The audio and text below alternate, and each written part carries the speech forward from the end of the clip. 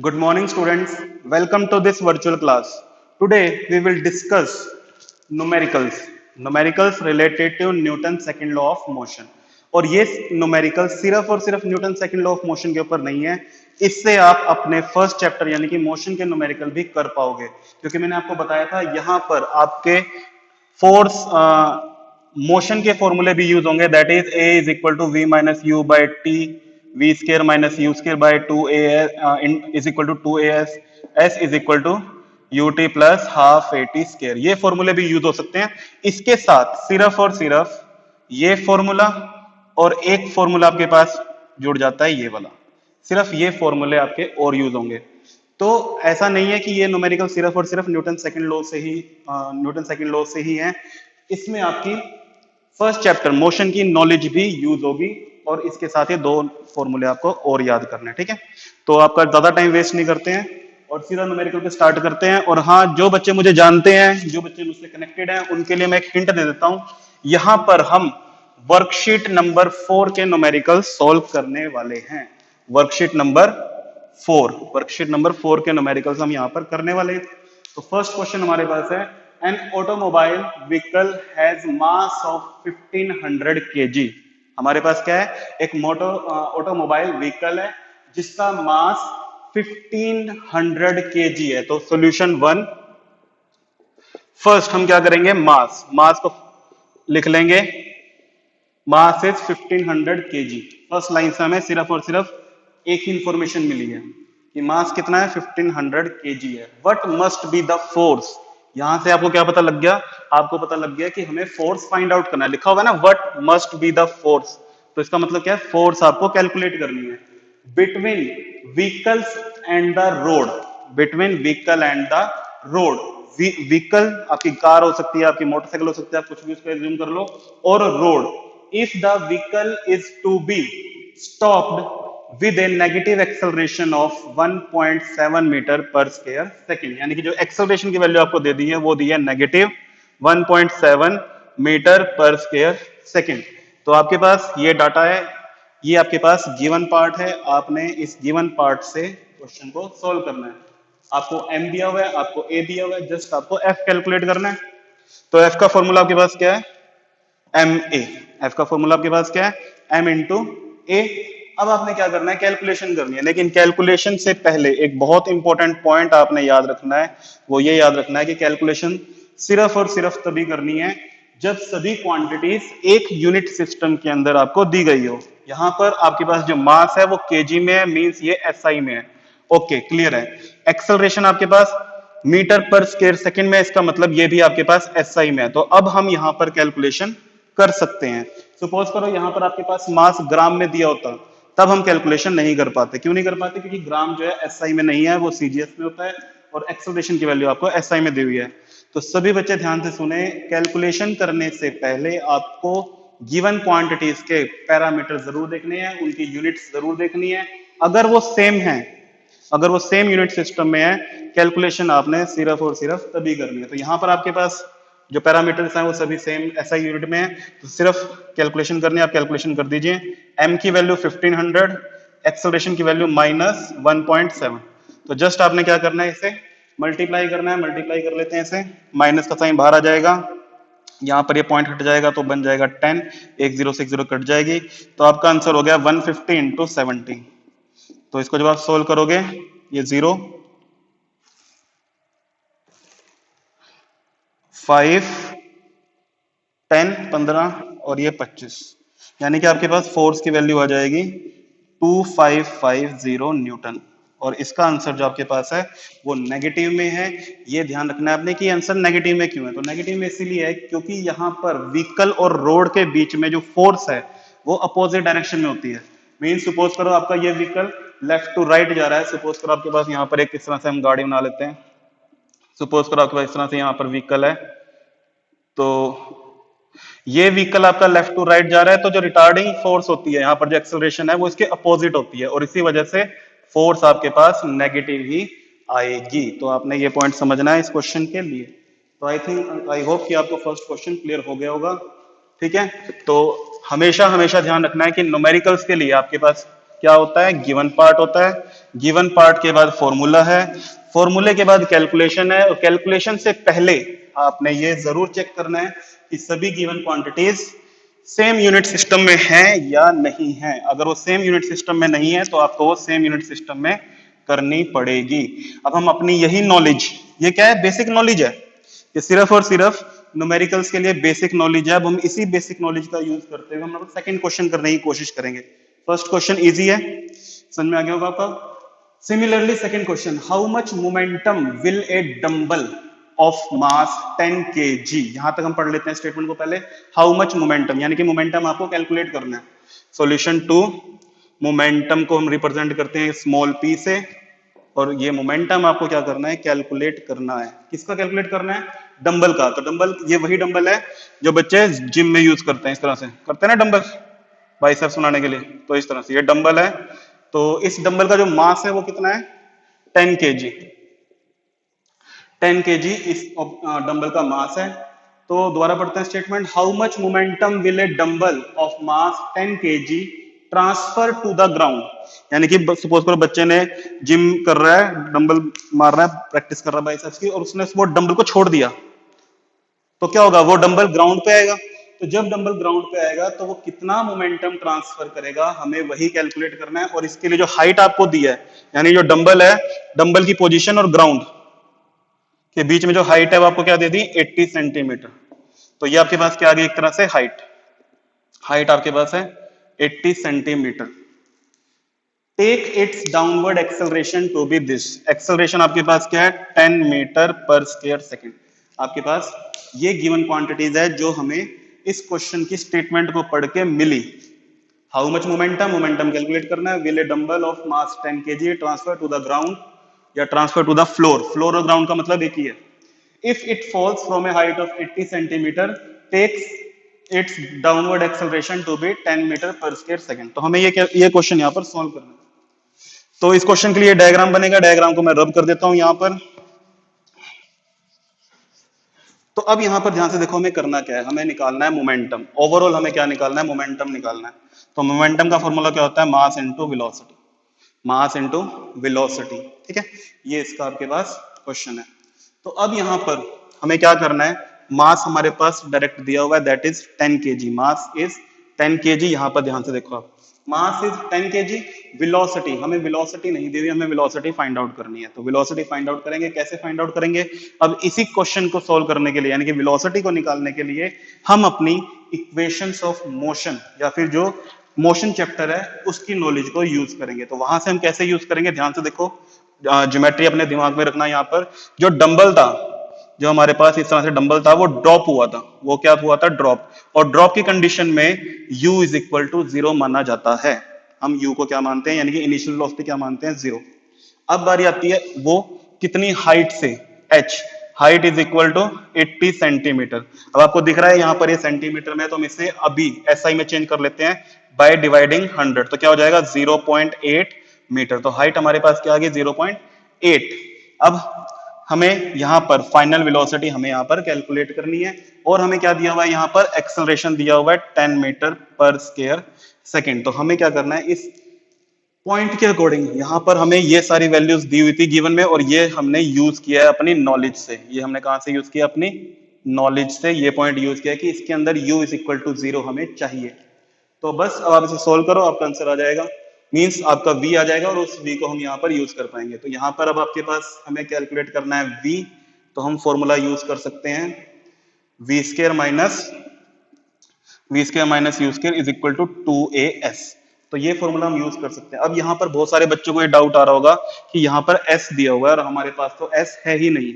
तो आपको यहाँ पर समझना पड़ेगा, यहाँ पर जो h है वो s ही होता है। h देखो ध्यान से आप समझने की कोशिश करना। अगर आपके पास लीनियर कोई डिस्टेंस है, यानी कि ठीक है, अगर आपके पास कोई लीनियर डिस्टेंस है, उसे हम रिप्रेजेंट कर देते हैं s से। लेकिन अगर आपके पास जो डिस्टेंस है वो वर्टिकल है, तो वो जो डिस्टेंस होता है उस डिस्टेंस को हम यूज कर देते हैं या उसको हम शो करते हैं हाइट से। मींस h और s आपके पास यहाँ पर इक्वल हैं, हम उन्हें इक्विवेलेंट यूज करते हैं। तो हम क्या करेंगे, इस फॉर्मूले का यूज कर सकते हैं, और इस फॉर्मूले का यूज करेंगे तो हमारे पास v की वैल्यू आ जाएगी देखो v स्केयर यहाँ पर u का स्केयर है यानी कि 0 का स्केयर 2 इंटू 10 इंटू 0.8, तो यहाँ पर आ गया v स्केयर आपका 2 10, देखो ये 0 का स्केयर है तो 0 ही रहेगा, v square minus 0 something minus 0, वो जो समथिंग वाला पार्ट है वही रह जाता है, तो v square is equal to 2 into 10 into 0.8, इस पॉइंट को हटाएंगे यहाँ पे 10 लगाएंगे, ये कट जाएगा आपका और ये बन जाएगा आपका 16, 8 टू ज़ा 16, ये v स्केयर की वैल्यू है, तो v की वैल्यू आपके पास क्या आ जाएगी 4 मीटर, क्योंकि हमने क्या करना है यहाँ पर इसका स्क्वायर रूट लेना है, v square is equal to 16 और स्क्वायर रूट करने से क्या हो जाएगा, ये सोल्व हो जाएगा, तो v की वैल्यू आपके पास कितनी आ गई 4 मीटर, v की वैल्यू आपके पास क्या आ गई 4 मीटर, तो जस्ट हमें क्या करना है इसको यूज करना है, तो मास की वैल्यू हमारे पास 10 kg ऑलरेडी गिवन है, वेलोसिटी हमारे पास 10 मीटर नहीं है, sorry this 4 metre per second, 4 metre per second हमारे पास वेलोसिटी आ गई, हम इसको यहाँ पर यूज करेंगे और हमारा आंसर आ जाएगा 40 किलोग्राम मीटर पर सेकेंड, तो ये है हमारे पास मोमेंटम, सेकेंड क्वेश्चन का answer, how much momentum will a dumbbell of mass 10 kg transfer to the floor 40 kilogram metre per second, तो इस तरह से ये क्वेश्चन आप करोगे, यहाँ पर ध्यान से देखो, यहाँ पर हमने क्या करना है, v की वैल्यू निकालनी है, वेलोसिटी की वैल्यू निकालनी है, और वेलोसिटी की वैल्यू को यूज करके ही हमने यहाँ पर इस क्वेश्चन को सॉल्व करना है, तो आप यहाँ पर एक क्वेश्चन देख सकते हो, इसका स्क्रीनशॉट ले सकते हो और अपने नोट्स से इसे, या आपने इसको लिख लिया है, आपने इनको ड्रॉ कर लिया है तो अच्छी बात है, अगर आपने इसको सॉल्व नहीं किया है, वर्कशीट नंबर 4 को सॉल्व नहीं किया है, तो यहां से आप सेकंड क्वेश्चन को कर सकते हो, क्लियर है, स्क्रीनशॉट आपने ले लिया, तो चलिए अब चलते हैं हम अपने थर्ड क्वेश्चन पर, बहुत जल्दी इस काम को खत्म करते हैं, आज की वीडियो थोड़ी सी लेंथी हो जाए तो उसमें घबराना नहीं, क्योंकि न्यूमेरिकल्स के लिए थोड़ा सा टाइम देना ही पड़ता है, एक न्यूमेरिकल 5 मिनट्स का टाइम कंज्यूम करता है, टोटल 7 न्यूमेरिकल्स हैं, तो लगभग 35 मिनट्स की ये वीडियो बनेगी ही बनेगी। Question number 3, a hammer of mass 500 ग्राम, तो यहाँ पर आपके पास क्या है, जो ऑब्जेक्ट आपको दिया हुआ है क्वेश्चन के लिए वो दिया हुआ है हैमर, हैमर मींस हथौड़ा, जिसे हिंदी में बोलते हैं ना थोड़ा, इस तरह से हम ये मान लेते हैं, ये हमारे पास क्या है, हमारा हैमर है, ठीक है, सपोज करो ये हमारे पास क्या है, हमारा हैमर, इसका मास दिया हुआ है, मास स्मॉल m 500 ग्राम, 500 ग्राम हमें इसका मास दिया हुआ है, moving at 50 metre per second, ये मूव कर रहा है, सपोज करो जैसे आपके पास ये पेन है, ये मार्कर है, इसी को आप हैमर समझो, तो ये क्या कर रहा है, इस तरह से है, इसका मोशन है, इसकी 50 मीटर पर सेकेंड क्यों दिया हुआ है, क्योंकि इस समय जो हैमर है वो मोशन में है, तो इसका मतलब क्या है, ये आपको दे दिया आपको u, यानी 50 मीटर पर सेकेंड आपको क्या दे दिया, आपको u की वैल्यू दे दी है, स्ट्राइक से नेल, वो क्या कर रहा है, एक नेल के ऊपर स्ट्राइक कर रहा है, नेल मींस एक पेंच, नेल क्या यहाँ पर एक पेंच का काम करता है, तो उस पेंच के ऊपर हमने हैमर को स्ट्राइक किया है, ठीक है, the nail stops the hammer in a very short time of 0.01 second, अब नेल ने क्या किया, उस हैमर को रोक दिया, देखो ध्यान से, जैसे मान लो सपोज करो ये मेरा हाथ है, मैं ये मेरे पास मार्कर है, तो मैं इस तरह से लेकर आ रहा हूं मार्कर को, और इस तरह से मेरे हाथ पे आके रुक गया, मेरे हाथ पे आके रुक गया ना, मेरे हाथ पे ये आके रुक गया, और यहां से ये स्टार्ट कर रहा है, तो कुछ ना कुछ टाइम लगा होगा बीच में, तो जो टाइम लगा वो लगा आपके पास, उसको रोकने में जो टाइम लगा, हैमर को रोकने के अंदर नेल ने जो टाइम लिया वो लिया 0.01 सेकेंड, ठीक है, रोकने में, जैसे मान लो यहां से आ रहा है हैमर हमारा, और इस जैसे इसके हैमर के हैमर और नेल का जब कांटेक्ट होता है तो वो उसे 0.01 सेकंड में रोक देता है, यानी कि टाइम हमारे पास आ गया 0.01 सेकंड। अब बारी आती है हमें क्या निकालना है, हमें निकालना है what is the force of the nail on the hammer, हमें फोर्स निकालनी है, और फोर्स कैसे निकालनी है, force of nail, force of nail यानी कि फोर्स एक्सर्टेड बाय नेल। तो यहां पर आपको एक बात क्लियर होगी, ध्यान से मैं आपको बताता हूं लास्ट में, शायद आपको वो बात क्लियर हो गई हो, अगर नहीं क्लिक हुई है तो बाद में बताता हूं। तो यहां पर आपके पास ये सब गिवन है, आपने आंसर फाइंड आउट करना है। तो आपको पता है सबसे पहला टारगेट क्या होता है हमारा, formula F is equal to m में, उसके बाद होता है कैलकुलेशन। अब कैलकुलेशन के लिए हमारे पास यहाँ पर a नहीं है, एक्सेलरेशन हमारे पास नहीं है, तो वो हम कैलकुलेट करेंगे। अब एक्सेलरेशन कैसे कैलकुलेट करेंगे वो देखो ध्यान से, a हमें निकालना है, तो यहाँ पर u की वैल्यू हमें दे रखी है, टाइम हमें दे रखा है, तो एक पैरामीटर हमें अपने आप अज्यूम करना पड़ेगा। वो पैरामीटर हमारे पास क्या है, वो पैरामीटर होगा कि पहले नेल आपका मोशन के अंदर है, पहले हैमर आपका मोशन के अंदर है, लेकिन जैसे ही वो नेल के साथ स्ट्राइक करता है तो वो रेस्ट पर आ जाता है। इसका मतलब v इज इक्वल टू 0। आपको ये यहाँ पर ये पॉइंट आपको यहाँ पर यूज करना पड़ेगा। ठीक है, ये पॉइंट आपको यहाँ पर यूज करना पड़ेगा। v is equal to 0। अब आपके पास m, आपके पास u है, आपके पास t है, आपके पास v है, आपको a निकालना है। तो a आपका सीधा निकल जाएगा, a is equal to v minus u by t. तो v की वैल्यू 0, u की वैल्यू आपके पास है 50, टाइम आपके पास है 0.01 सेकेंड। तो बस आप इसे यूज कीजिए, ये पॉइंट हटेगा, ऊपर 100 आएगा।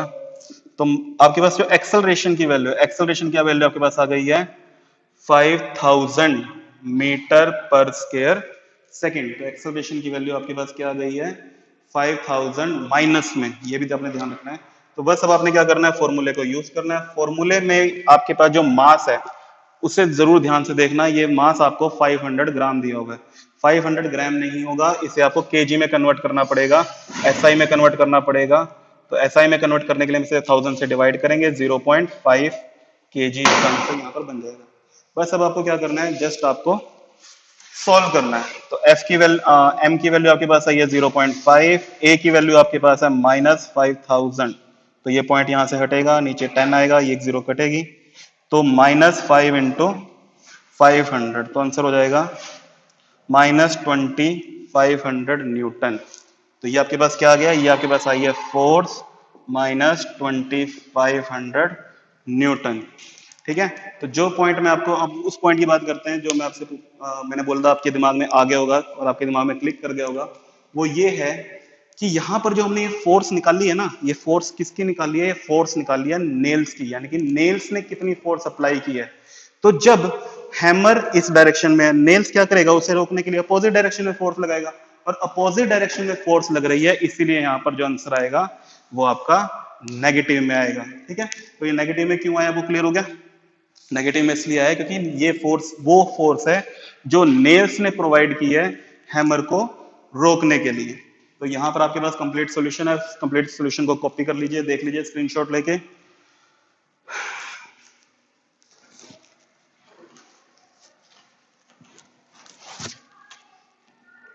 ठीक है, आपने कर लिया होगा। अब हम चलते हैं हमारे नेक्स्ट क्वेश्चन पर। यहां पर अब आपको लग रहा होगा कि 3 के बाद 5 कैसे आ गया, 4 क्यों नहीं आया।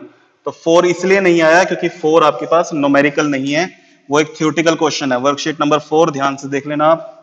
ठीक है, तो वहां पर आपके पास ये आपके पास क्या है, फोर्थ क्वेश्चन थ्योरेटिकल क्वेश्चन है, उसको हम थोड़ी देर बाद देखेंगे, पहले हम न्यूमेरिकल को देख लेते हैं। तो फिफ्थ न्यूमेरिकल आपके पास क्या है, a force of 5 newton produces an acceleration of 8 metre per square second on mass m1। ये जो क्वेश्चन है थोड़ा सा अच्छे लेवल का क्वेश्चन है, टिपिकल क्वेश्चन है थोड़ा सा। यहाँ पर बच्चे कंफ्यूज होंगे, तो कंफ्यूज नहीं होना आपने, ध्यान से देखो। यहाँ पर अ फोर्स ऑफ 5 न्यूटन, जो फोर्स हमारे पास है सोल्यूशन नंबर 5, फोर्स हमारे पास है 5 न्यूटन। अभी क्या कर रही है, force produces an acceleration of 8 metre per square second. ये क्या कर रही है, एक एक्सेलरेशन प्रोड्यूस कर रही है, कितना, 8 metre per square second on मास। मास किसके ऊपर कर रही है, मास के ऊपर कर रही है।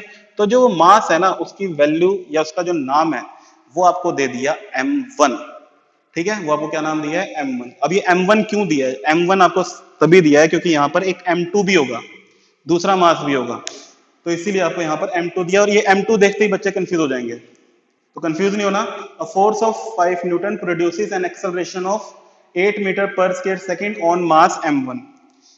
अब यहां पर आ गया एंड का मतलब क्या है, इस क्वेश्चन का दूसरा पार्ट शुरू हो गया। दूसरे पार्ट में आपके पास क्या है, ये इस क्वेश्चन का फर्स्ट पार्ट है, इसी क्वेश्चन का दूसरा पार्ट क्या है, and acceleration of 24 metre per square second on mass m2। यहां पर थोड़ा सा आपको रिफ्लेक्शन की प्रॉब्लम हो सकती है, तो यहां पर जो मास दिया हुआ है m2 दिया हुआ है, वर्कशीट से आप इसे देख सकते हो। मींस अगेन दिस फोर्स, इस फोर्स के लिए देखो एक सेट तो ये बन गया, यानी कि केस 1 ये आपके पास बन गया। यहां से हम बनाएंगे केस 2। 5 न्यूटन फोर्स एक ऑब्जेक्ट के ऊपर, यानी कि दूसरे ऑब्जेक्ट के ऊपर लग रही है जिसका मास है m2, और उस केस में वो कितनी एक्सेलरेशन प्रोड्यूस कर रही है, 24 मीटर पर स्क्वायर सेकंड। यहां पर आपको ये बात समझने की है कि फोर्स एक ही दी हुई है, एक्सेलरेशन m1 के ऊपर अलग है, m2 के ऊपर अलग है। ठीक है, अब जो हमारा लास्ट क्वेश्चन बनता है वो क्या बनता है, what acceleration would the same force provide if both masses tie together. अब इसने क्या करा, इन दोनों कंडीशन को यूज करने के बाद इसने हमें कहा है कि क्वेश्चन सोल्व करो जिसके अंदर फोर्स तो सेम है 5 न्यूटन, लेकिन जो मास है वो मास इन दोनों मास को टाई करने के ऊपर, यानी कि m1 प्लस m2 के बाद कितना एक्सेलरेशन प्रोड्यूस होगा। ये है हमारे पास क्वेश्चन। आप बड़े ही ध्यान से, बड़े ही इत्मीनान से स्टेटमेंट को पढ़िए और उसके साथ साथ जो मैंने यहां पर लिखा है उसको समझने की कोशिश कीजिए। ठीक है, आई होप आपको क्लियर हो गया होगा। बिल्कुल सिंपल सी बात है, फोर्स 5 न्यूटन है, एक बार m1 के ऊपर लगी, एक्सेलरेशन ये था, एक बार m2 पे लगी यानी कि कोई और मास है, उस समय एक्सेलरेशन ये है। अब ये कह रहा है कि सेम फोर्स के साथ एक्सेलरेशन बताओ जब हम दोनों मास को टाई कर दें। जब हम क्या करें, दोनों मास को टाई कर दें, तो सबसे पहले हमें क्या करना पड़ेगा, इस क्वेश्चन में 2 बार कैलकुलेशन करनी पड़ेगी। कैसे? एक बार तो हमें टोटल मास निकालना है, total mass m1 plus m2, और उसके बाद हम निकालेंगे हमारा एक्सेलरेशन पार्ट। तो m1 कहां से निकलेगा? m1 मिलेगा हमें यहां से। कैसे मिलेगा? ध्यान से देखो, यहां पर हम अप्लाई करेंगे F is equal to m1a। हम क्या करेंगे? F is equal to m1a। अभी हमें यहां पर m1 निकालना है, तो m1 is equal to f by a आ जाएगा। तो यहां से f की वैल्यू 5, a की वैल्यू 8, f की वैल्यू 5, a की वैल्यू 8। तो हमारे पास m1 की वैल्यू कितनी आ गई? m1 की वैल्यू हमारे पास आ गई 5 बाय 8। सिमिलरली m2 की वैल्यू आपके पास सिमिलरली आएगी f बाय a। तो फोर्स सेम है, सिर्फ और सिर्फ एक्सेलरेशन चेंज हुआ 24। तो ये हमारे पास बन गया m2। m1 निकाला, m2 निकाला, अब दोनों को सम करना है, यानी कि total mass that is m1 plus m2 means 5 by 8, 5 by 24। अब क्या करेंगे? एलसीएम लेंगे, 24 यहां पर आएगा 15, यहां पर आएगा 5, तो बन गया आपके पास 20 बाय 25 टोटल m। इसे सॉल्व करेंगे, यहां पर आएगा आपके पास 5 और यहां पर आपके पास आएगा 6। तो जो टोटल मास है that is m1 plus m2, हमारे पास कितना आ गया? 5 बाय 6 आ गया। अब हम इस 5 बाय 6 की वैल्यू को यूज करेंगे यहां पर, अगेन फॉर्मूला यूज होगा F is equal to ma। तो F की वैल्यू हमारे पास 5 न्यूटन ये है, टोटल मास हमारे पास 5 बाय 6 है, A की वैल्यू हमें यहाँ पर कैलकुलेट करनी है। तो A का फॉर्मूला बन जाएगा हमारे पास, ये क्रॉस मल्टीप्लाई करके 6 ऊपर और 5 नीचे, 5 से 5 कट जाएगा, आपके पास A की वैल्यू आ जाएगी 6 मीटर पर स्क्वायर सेकेंड। तो इस तरह से आपको ये क्वेश्चन सोल्व करना है। थोड़ा सा टिपिकल है, लेकिन अगर आप ध्यान से करोगे तो आपको कोई भी प्रॉब्लम नहीं आने वाली। ध्यान से देखो, ध्यान से।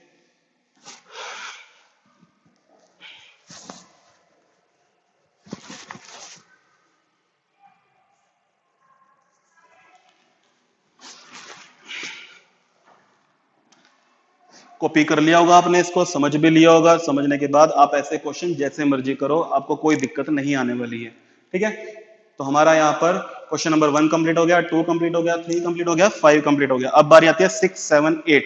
अब हम क्या करेंगे? क्वेश्चन नंबर 6, 7, 8 करेंगे। और टाइम को बचाने के लिए मैं स्टेटमेंट यहां पर नहीं लिखूंगा, सिर्फ और सिर्फ उसका सोल्यूशन करूंगा। स्टेटमेंट आप वर्कशीट नंबर 4 से अपने आप ही निकाल पाओगे। ओके, तो क्वेश्चन नंबर 6 मेरे पास यहां पर है। A truck of mass 5, a truck of mass capital M। Worksheet में आपको दिख जाएगा। हमारे पास एक ट्रक है, इस तरह से थोड़ा सा ट्रक का छोटा सा डायग्राम बना लेते हैं। हमारे पास एक ट्रक है जिसका मास कैपिटल M है, is moved under a force, और जो फोर्स लग रही है वो फोर्स लग रही है capital F। If the truck is then loaded with an object equal to the mass of the truck। अब हमने क्या किया, यहां पर हमारे पास देखो ये क्या है, एम्प्टी ट्रक की बात हो रही है। जब ट्रक बिल्कुल खाली है, जब ट्रक बिल्कुल खाली है तो उस केस में उसका मास कितना है? M, कैपिटल M, और जो फोर्स लग रही है वो लग रही है कैपिटल F। ठीक है, अब इसके ऊपर कंडीशन क्या लगी? कंडीशन ये लगी कि हमने इसको लोड कर दिया। लोड करने का मतलब क्या है? इसके ऊपर सामान डाल दिया। अब जो सामान डाला है वो कितना डाला है? जो मास ऑफ ऑब्जेक्ट है ना, जो आपके पास मास ऑफ ऑब्जेक्ट है वो equal to mass of truck है, equal to mass of truck, equal to mass of truck. इसका मतलब क्या है?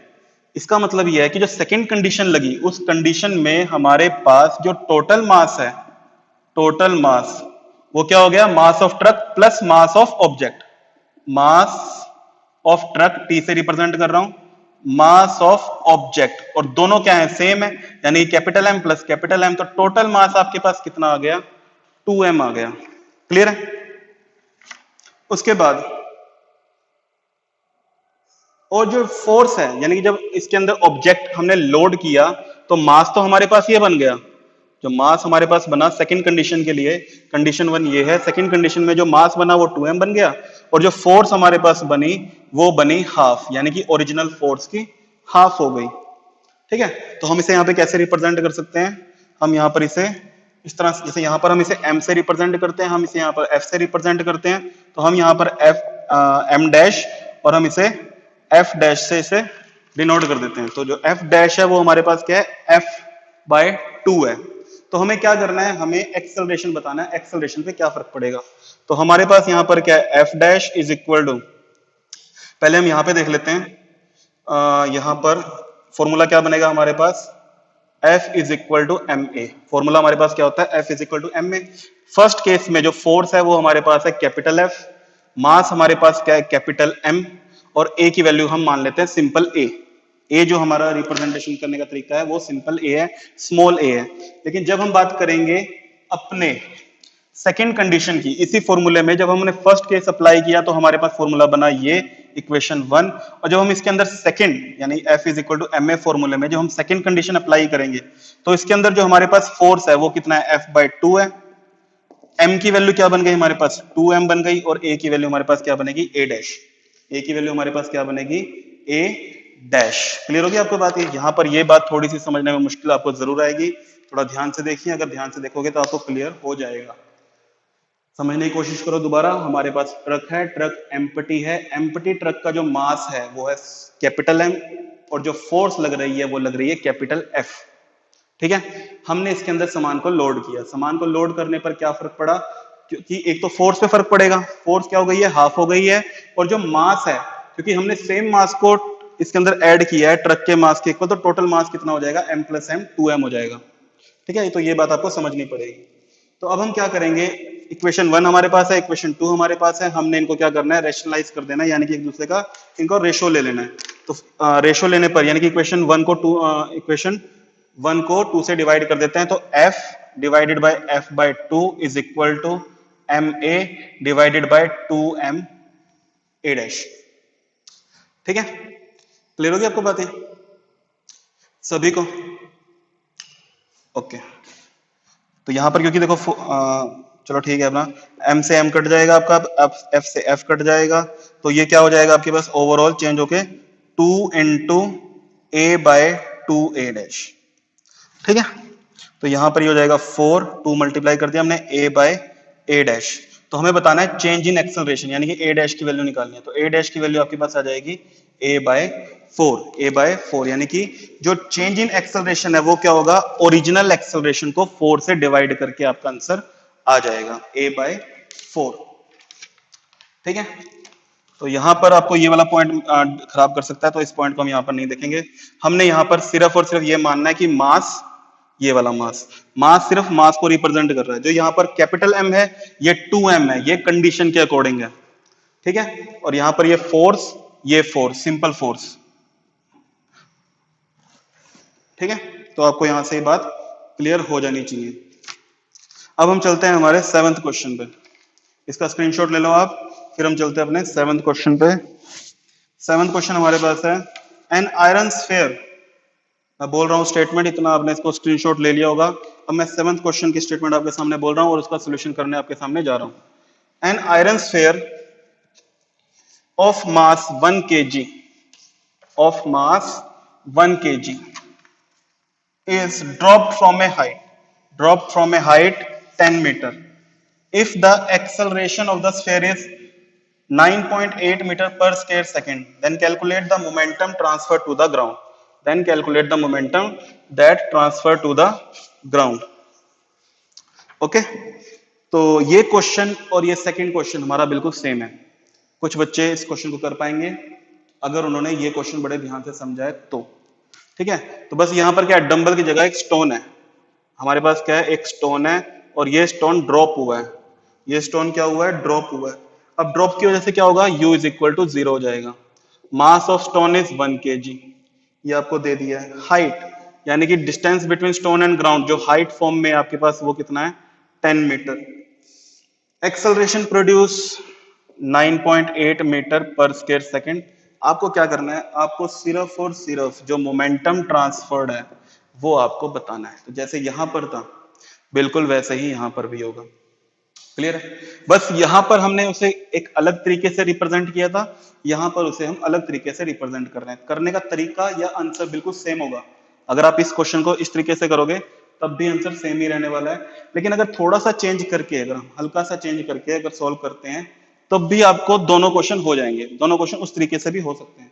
तो यहां पर मोमेंटम है, मोमेंटम को कैलकुलेट करने के लिए आपको उसका फॉर्मूला चाहिए, तो फॉर्मूला हमारे पास है mv। क्लियर है? हमारे पास फॉर्मूला है m इंटू वी। तो मास हमारे पास दिया हुआ है, हमारे पास वेलोसिटी नहीं दी हुई, हमें वेलोसिटी कैलकुलेट करनी है। कौन सी वेलोसिटी कैलकुलेट करनी है? जब स्टोन ग्राउंड को टच करने वाला होता है, यानी कि velocity just before when the stone touches the ground. ठीक है? तो हमें v निकालना है। हमने यहां पर भी v निकाला था, अगर आपको याद हो तो हमने यहां पर भी v निकाला था, हमने यहां पर भी v निकाला है। तो हम यहाँ क्या करेंगे, v निकालेंगे। v कैसे निकलेगा आपका, v square minus u square into 2a s से निकल जाएगा।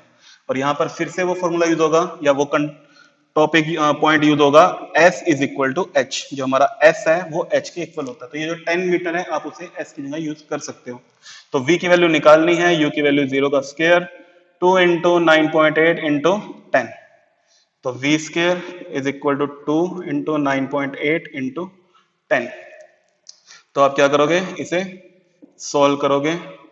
सॉल्व करने पर 2 यहाँ पे 10 आएगा, 10 से 10 कट जाएगा, 2 इंटू 98। इसे सॉल्व करते हैं तो ये हो गया 196। अब क्या करना पड़ेगा, इसका हमें रूट करना पड़ेगा। तो रूट करेंगे तो इसका आंसर आ जाएगा आपके पास 14। आंसर आएगा आपके पास 14। 14 का स्क्वायर 196 ही होता है, देख लेते हैं एक बार।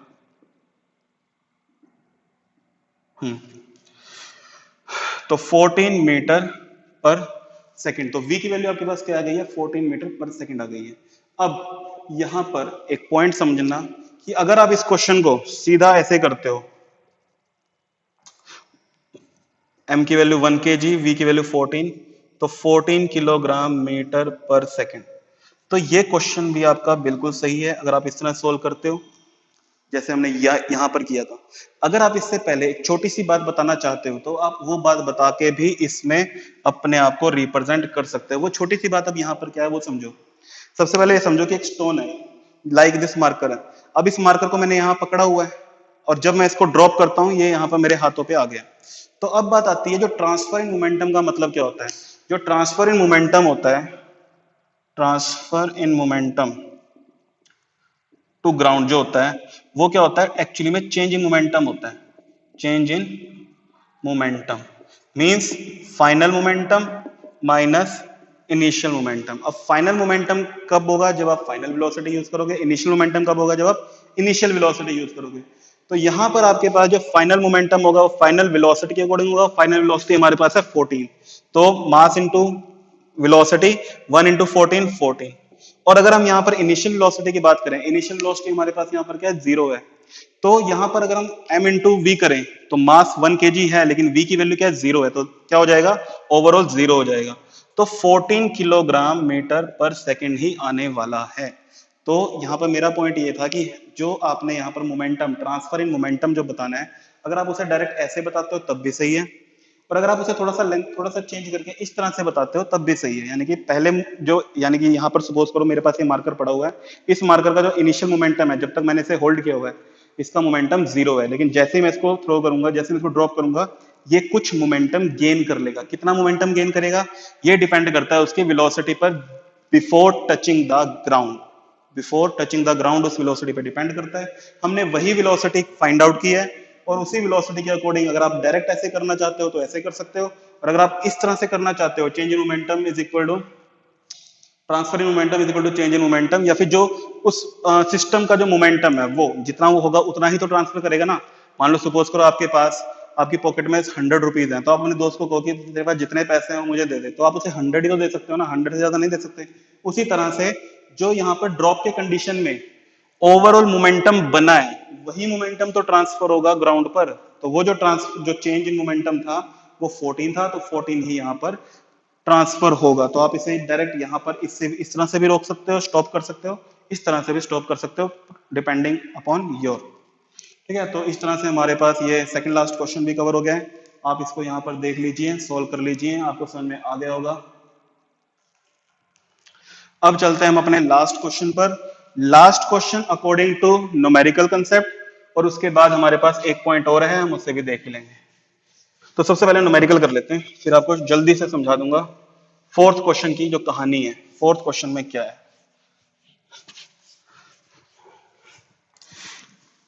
तो ए कार ऑफ मास 2400 kg, एक कार है आपके पास, सॉल्यूशन नंबर 8। आपके पास कार है जिसका मास है 2400 kg। ठीक है, moving with velocity, initial velocity means 20 metre per second, is stopped यानी कि रुक गई। अब कार रुक गई, इसका मतलब क्या है, उसकी फाइनल वेलोसिटी 0 है, तो यहां पर आ जाएगा 0। टाइम टाइम आपको दिया हुआ है 10 सेकंड, 10 टाइम आपको दिया हुआ है 10 सेकंड। तो अब आपको यहां पर एक्सेलरेशन एक्सेलरेशन फाइंड आउट करनी है विद द इनके यहां पर प्रॉपर वर्ड यूज किया हुआ है रिटार्डेशन। आपको रिटार्डेशन कैलकुलेट करनी है, आपको रिटार्डेशन कैलकुलेट करनी है और आपको फोर्स फाइंड आउट करनी है कि फोर्स कितनी लगी। ठीक है, तो इस क्वेश्चन को समझने की कोशिश करो। एक कार है, मूव कर रही है किस वेलोसिटी के साथ, 20 मीटर पर सेकंड वेलोसिटी का मूव कर रही है। एकदम से ब्रेक अप्लाई होने पर गाड़ी रुक गई, यानी कि v इज इक्वल टू 0, और टाइम आपके पास जो गाड़ी ने रुकने में जो टाइम लिया वो लिया 10 सेकंड। तो आपके पास आपको बताना है रिटार्डेशन। तो यहाँ पर बहुत सारे बच्चे कंफ्यूज हो गए होंगे कि रिटार्डेशन तो हमें सिखाया ही नहीं क्या है। तो बेटे रिटार्डेशन क्या होता है, एक्सेलरेशन का ही पार्ट है। एक्सेलरेशन रिटार्डेशन दोनों एक ही चीज है, बस इसमें पॉइंट ये है कि अगर with respect to time speed increase करती है उसे एक्सेलरेशन बोलते हैं, अगर with respect to time speed decrease करती है तो उसे रिटार्डेशन बोलते हैं। तो यहां पर रिटार्डेशन का निकालने का मतलब है कि आप ए ही फाइंड आउट करोगे, बस ये ध्यान रखना उसकी वैल्यू 101%। अगर एक्सेलरेशन कैलकुलेट करते हो तो नेगेटिव आती है। ठीक है, इस तरह से आपने थोड़ा ध्यान रखना। और एफ की वैल्यू निकालनी है, एफ की वैल्यू आपको निकलेगी एम ए से। तो यहां पर सीधा फॉर्मूला यूज करते हैं ए निकालने के लिए, v minus u by t. तो v की वैल्यू 0, u की वैल्यू 20, टाइम की वैल्यू 10 सेकेंड, यही है, बिल्कुल यही है। तो a की वैल्यू आपके पास क्या आ गई, -2 मीटर पर स्क्वायर सेकंड आ गई, -2 मीटर पर स्क्वायर सेकंड आपके पास आ गई। अब यहां पर डिफरेंस समझने की कोशिश करो। अगर आप इसे -2 मीटर पर स्क्वायर सेकंड बोलते हो तो आप इसे बोलोगे एक्सेलरेशन, और यहां पर आपसे क्या पूछा होगा कि रिटार्डेशन बताओ। तो बस आपको क्या करना है, एक्सेलरेशन अगर नेगेटिव है तो वो रिटार्डेशन ही बन जाती है, लेकिन अगर आप इसको एक्सेलरेशन ना लिख के रिटार्डेशन लिखते हो तो आप क्या कर सकते हो, इसके साइन को माइनस कर सकते हो, इसके साइन को हटा सकते हो, अवॉइड कर सकते हो, क्योंकि रिटार्डेशन का मतलब ही ये है कि नेगेटिव है कि with respect to time velocity decrease हुई है। अब इस वैल्यू के साथ फोर्स निकाल सकते हैं हम।